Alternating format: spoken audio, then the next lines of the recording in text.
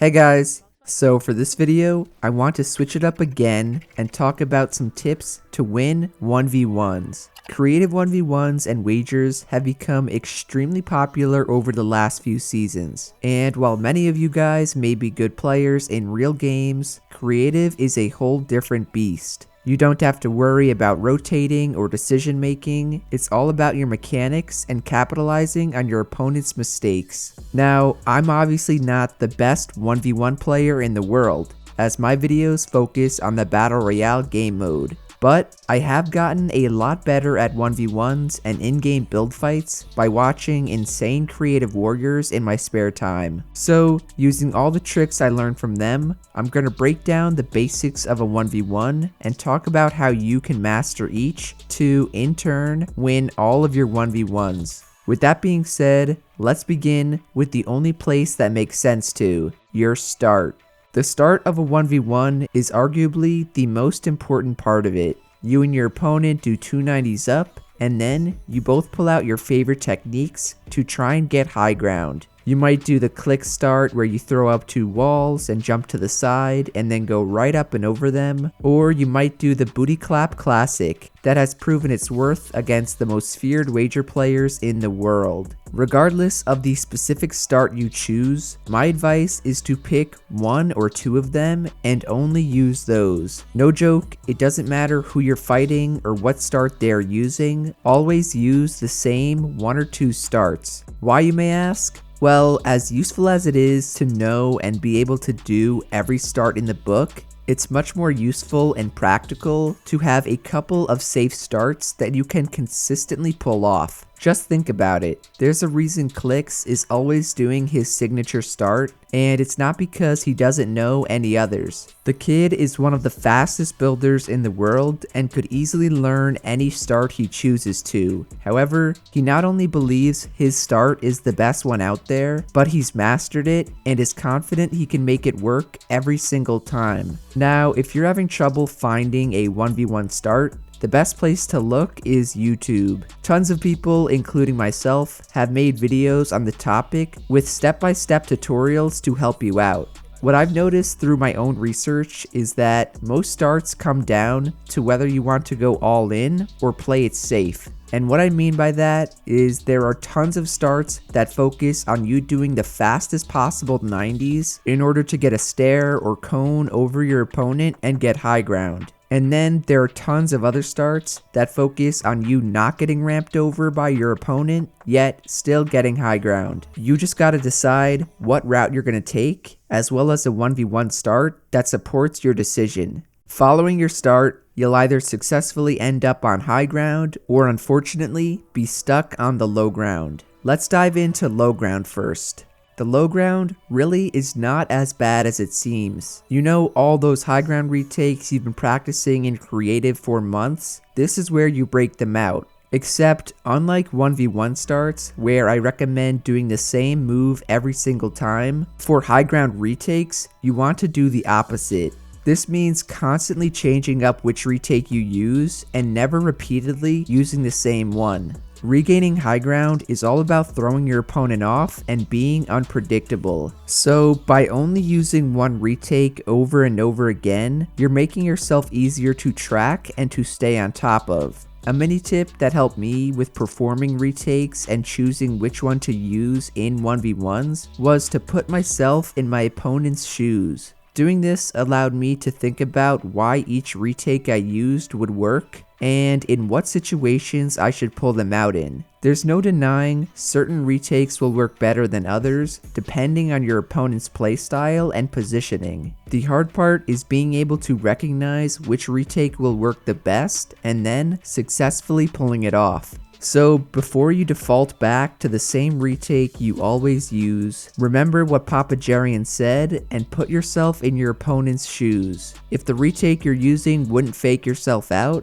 then it probably won't fake out the guy you're 1v1ing, and you'll need to try something else. Another important tip for the low ground is to remember the goal of the fight is to kill your opponent. Newsflash, but it is not to get high ground. I feel like way too many people think this in both real games and creative 1v1s because they see everyone they fight or the streamers they watch on Twitch try only to get high ground. The only reason people want high ground though is that it puts you in a better position to kill your opponent. That does not mean you can't get kills while not on high ground. You're able to do damage and get kills from the low ground too. You know that, right? Many of you guys probably think I sound like an idiot right now, but it's true. You don't need high ground to get kills. All you need to do is hit your opponent with enough shots to kill them. That can be done from the high ground or the low ground, and can be done with a shotgun or AR. There's no rules saying what you need to do to get kills. This actually brings up my last tip for playing the low ground, which is sometimes it's better not to go for high ground. Have you ever wondered how that clown boy Zane season always wins 1v1s? His building is terrible, his movement is even worse, and his aim is garbage. Yet, there's no doubt in my mind he could beat me and 98% of you guys watching in a 1v1. Well, the answer is that Zane doesn't play normally. He doesn't just aimlessly go for high ground or let his opponent sit above him and wait.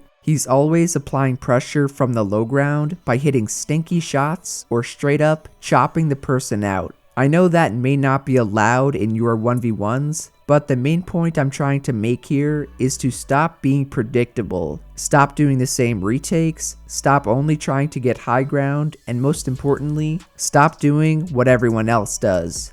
Moving on, let's say you do have high ground now. Your main goal is still to kill your opponent. That has not changed. However, your secondary goal to get high ground has. Your new focus should be on pressuring your opponent and not letting them get above you. I honestly think this is a lot harder than most people make it out to be, especially against a good player. Yes, you can easily just sit 3 levels above them and track every movement they make. The downside to that is that it makes you vulnerable to getting shot out, and you never really get an opportunity to go for a kill. On the other hand, if you're right on top of your opponent and they're good, they might juke you out and steal your high ground. So what do? What I've noticed Clix and many really good wager players do is study their opponent's moves and learn their play styles. This way, they can recognize when the best opportunities to go for a play are. For example, let's say you notice your opponent always cone jumps to the left. You're obviously going to cone and floor their left off whenever you can.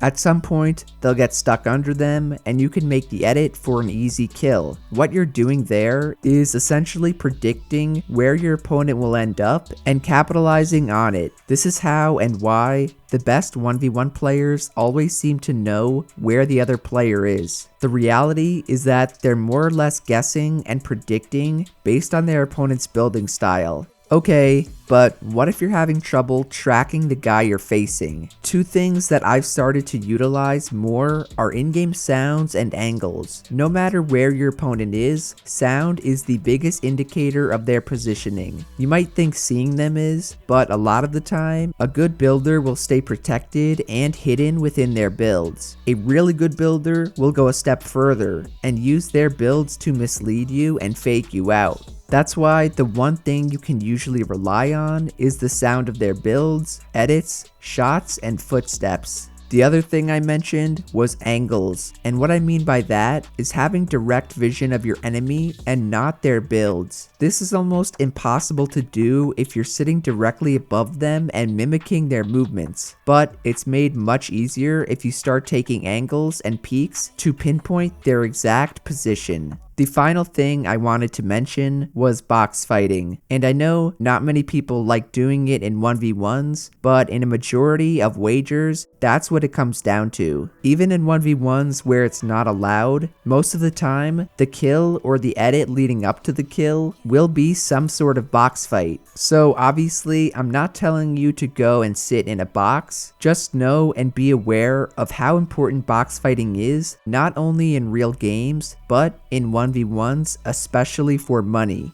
Overall, boys, that's everything I've learned after studying and analyzing the top 1v1 players in the world. So, the next time you're in a 1v1, a wager, or even an in-game build fight, do your best to utilize my tips and tricks, and I have no doubt you'll win the fight. Papa Jarian believes in you. Seriously though, if you learned something new or you enjoyed the video, then do be sure to drop a like, subscribe to the channel, and to turn on post notifications. Shout out to everyone using code Jarian. The shoutouts have been getting a little dry lately, so don't forget to let me know if you're using my code on Twitter or Instagram. Otherwise, that's it from me, and I'll see you guys in the next one. Later!